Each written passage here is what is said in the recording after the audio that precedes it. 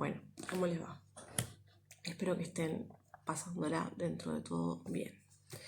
Quería contarles un par de conceptos que se van a encontrar en la bibliografía, como para que no sea la primera vez que los escuchan y como para que la única resolución que tengan a encontrarlos sea, mejor dicho, para que no sea la única resolución tener que ir a buscarlo al diccionario o googlearlo, ¿sí? Por ejemplo, primera cosa con la que se van a encontrar en el texto que les voy a poner hoy, la palabra positivismo. ¿Qué es el positivismo? Uno, siguiendo el sentido común, escucha positivismo y le suena algo positivo, a optimismo. Bueno, nada que ver. El positivismo es una corriente filosófica, ¿sí? Nosotros venimos trabajando filosofía. Recuerden que el video anterior vieron el de Stan Schreiber que hablaba sobre lo real, y que principalmente allí pudieron ver los tres accesos a lo real, el universalismo, el relativismo y el objetivismo, y ahí ya estábamos haciendo filosofía. Este año nos la vamos a pasar haciendo filosofía, ¿sí? Porque, como les había comentado al comienzo del año, el eje central de nuestra materia este año es lo real, ¿sí? Y no se puede hablar de la realidad seriamente, científicamente, filosóficamente, sin hacer filosofía. El positivismo es una corriente filosófica que de alguna manera le hace de red de contención, de sustento, de respaldo, hace que valga la ciencia, ¿sí? Dicho así, parece indiscutible, pero créanme, no lo es.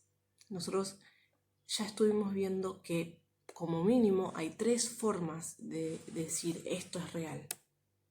Una, habíamos dicho que era el universalismo, que era que todos los sujetos del mundo deberían estar de acuerdo en que esto es real.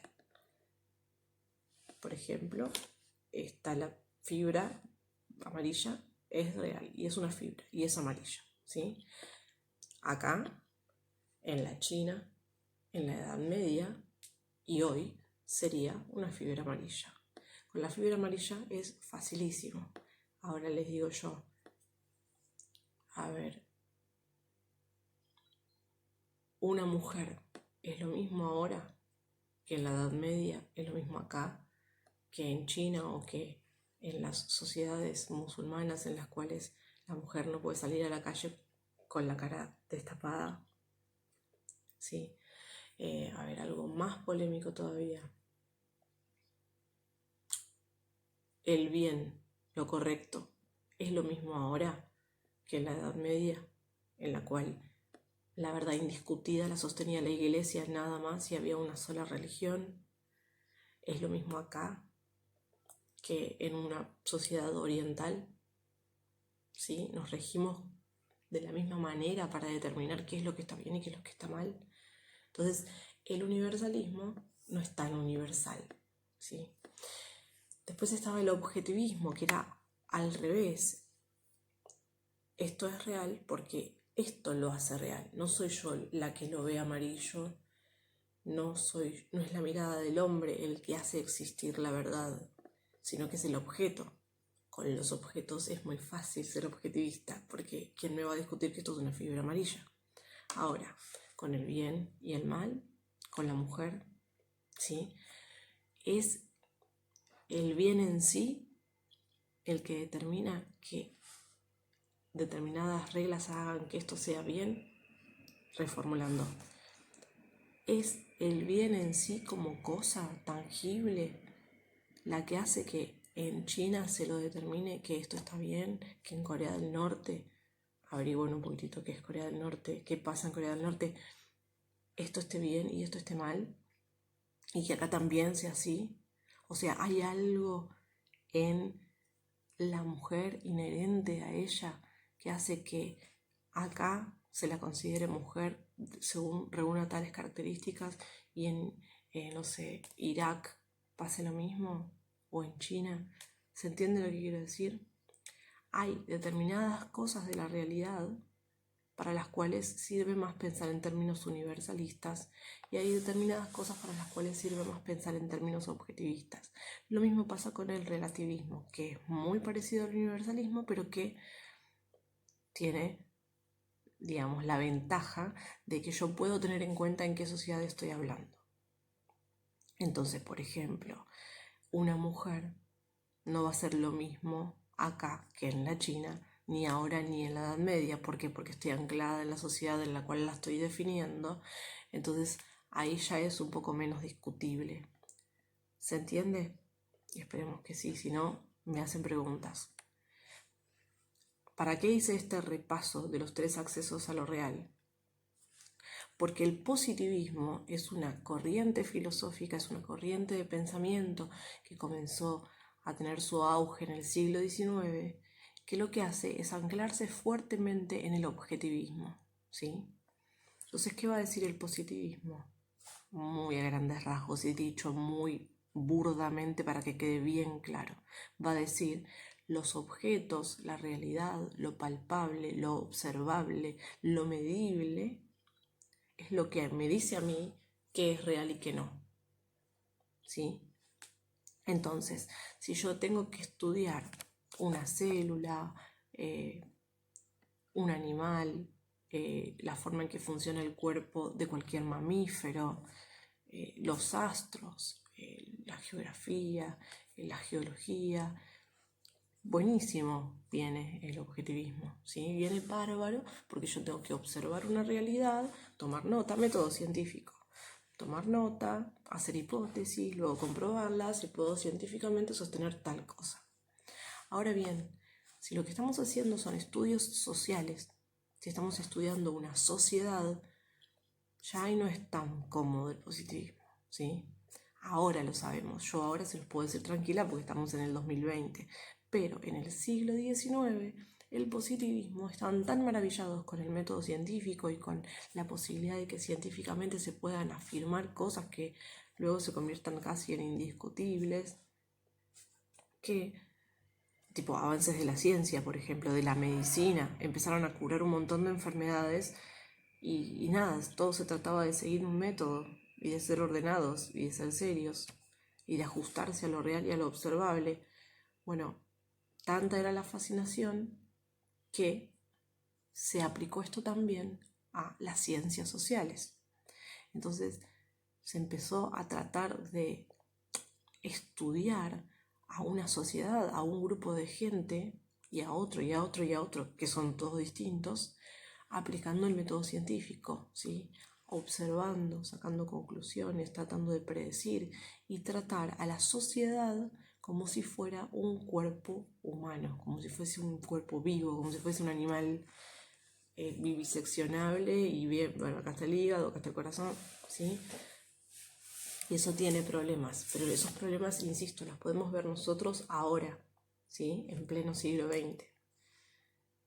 Entonces, el positivismo en siglo XX llegó acá a Argentina, más o menos, siglo XIX, fin del siglo XIX, más o menos por los años 80, 1880, ¿sí? Fin del siglo XIX, que sería la llamada generación del 80, que para los historiadores lo van a ver con historia, o lo vieron ya, me parece que ya lo vieron, es la generación del 80.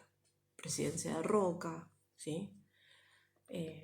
Luego, nada, todo lo que vino después con el radicalismo, qué sé yo, ya comienzos del siglo XX también.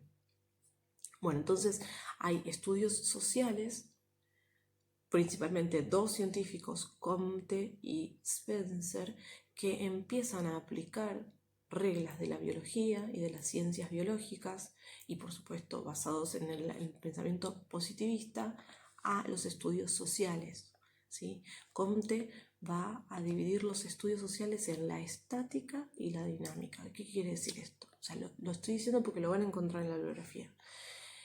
La estática estudiaba supuestamente para Comte cuando la sociedad estaba quieta, calmada, cuando nada cambiaba, ¿sí? Cuando estaba todo en orden. Y la dinámica estudiaba cuando iban cambiando las cosas, ¿sí? Y el ideal de ese cambio de cosas es el progreso. Se van haciendo descubrimientos científicos, avances tecnológicos y todo es cada vez mejor. paréntesis, desde el siglo XX. O sea, hoy sabemos que eso es discutible, porque por ejemplo, el progreso tiene dos caras. Puede hacer avances que nos faciliten la vida y que nos la hagan más bella, más sana, pero también un avance científico puede ser una bomba nuclear, ¿sí? O más atrás yéndonos, la dinamita, ¿sí? No es algo inherentemente bueno, es algo que puede ser bueno o puede ser muy malo, ¿sí? Entonces no es todo tan progreso, no es que nos vamos más atrás en el tiempo y era toda una porquería y cuanto más hacia adelante nos vamos, todo era mejor, todo va a ser mejor. No, a lo sumo será un poco más cómoda la vida, pero no mejor, ¿sí? Y nada, el calentamiento global, por ejemplo, es un ejemplo de por qué el progreso no necesariamente es bueno. Bueno, eso decía Comte. Y Spencer lo que hacía, o sea, ¿ustedes se acuerdan de la teoría de Darwin? Seguramente, si esto fuese una clase, ¿no saben cómo extraño que alguien me ponga cara de sí o que alguien me ponga cara de qué? Bueno, nada, algunos de ustedes van a decir sí, me acuerdo, lo vimos en biología, otros van a decir que, bueno, Darwin tenía su teoría de la evolución de las especies, que también a grandes rasgos y muy simplificando, lo que decía es que las especies de los distintos tipos de animales se iban adaptando al medio, ¿sí? Y los más fuertes, digamos, que seguían existiendo, los demás se iban muriendo. Y esos más fuertes lo que hacían era ir adaptándose al medio en el que vivían y por eso sobrevivían, ¿sí? Entonces había como una evolución natural de los seres vivos que tendían a adaptarse al medio en el cual tenían que subsistir. Bueno, lo que hizo Spencer fue adaptar esto a los estudios sociales. Entonces decía, nada, sin intervención de ninguna mente superior, uno observa al ser humano comportarse y se da cuenta que el más apto sobrevive y el no, chao, fue. Puede llegar a cerrar en lo teórico, pero socialmente es horrible, porque es decir, bueno, ok, los más débiles, problema de ellos, muéranse, los más aptos, que pueden llegar a ser los más ricos, los más poderosos, van a ser cada vez más ricos y más poderosos. Bueno, lo que decía él es que esto era lo natural que sucediera. Tengamos en cuenta que todas estas teorías se formulaban desde la aristocracia. Estos científicos eran gente que estaba en la cúspide de la pirámide social, ¿sí? Bueno, me estoy olvidando de algo. Bueno, y nada, como Spencer se basaba en esta teoría para hacer sus estudios sociológicos, creía fuertemente en el libre mercado, se creía que ningún Estado tenía que intervenir en la economía y tenía que dejar que sucediera sola, y bueno, arréglense, y entonces obviamente iban a ganar los más aptos, los que más tuvieran iban a quedarse cada vez con más, y las sociedades más pobres iban a ser cada vez más explotadas hasta que un gran porcentaje de ellos cayera desfallecido en el suelo y los demás sobrevivieran. Porque de esto se trataba la adaptación al medio en términos sociales, ¿sí? Esto es más o menos lo que yo considero que ustedes van a necesitar entender para poder abordar la bibliografía que les voy a dejar, ¿sí? Les voy a dejar un PDF que luego de todo esto que les estoy diciendo va a hacer un poco de foco en la vida de Holmberg, qué lugar ocupaba Eduardo Holmberg en la sociedad porteña argentina. Recuerden que Holmberg es el autor de La bolsa de huesos que se supone que ya leyeron. Entonces, que todos estos pensamientos no solamente tenían muchísimo que ver con Holmberg, porque Holmberg era médico, era un científico, sino porque pertenecía a esta clase aristocrática porteña argentina de la generación del 80. Entonces todo tiene que ver con todo, fíjense, ¿no? Los tres accesos a lo real, lo que estuvimos pensando con el video de Stan Schreiber, esta bibliografía que va a hablar de cómo era la élite porteña de fines del siglo XIX, y La bolsa de huesos, que es un policial entretenidísimo, pero que si nos ponemos a hilar un poquitito más fino, está completamente embebido, empapado de todas estas corrientes de pensamiento y de lo que era la sociedad argentina porteña de fines del siglo XIX, la generación del 80. Eso es por hoy todo, ¿sí? Espero que no estén sintiendo que no están haciendo nada de tarea porque solamente les mandé a hacer manualmente este trabajito de la foto y del comentario, porque lo que espero es que estén leyendo y comprendiendo y haciéndose apuntes, cuadros, subrayando, y porque más adelante también va a venir la parte evaluativa de todo esto, ¿sí? Entonces yo no quisiera que dejen todo para último momento y que después se encuentren con que tengo que leer todo en 2 días.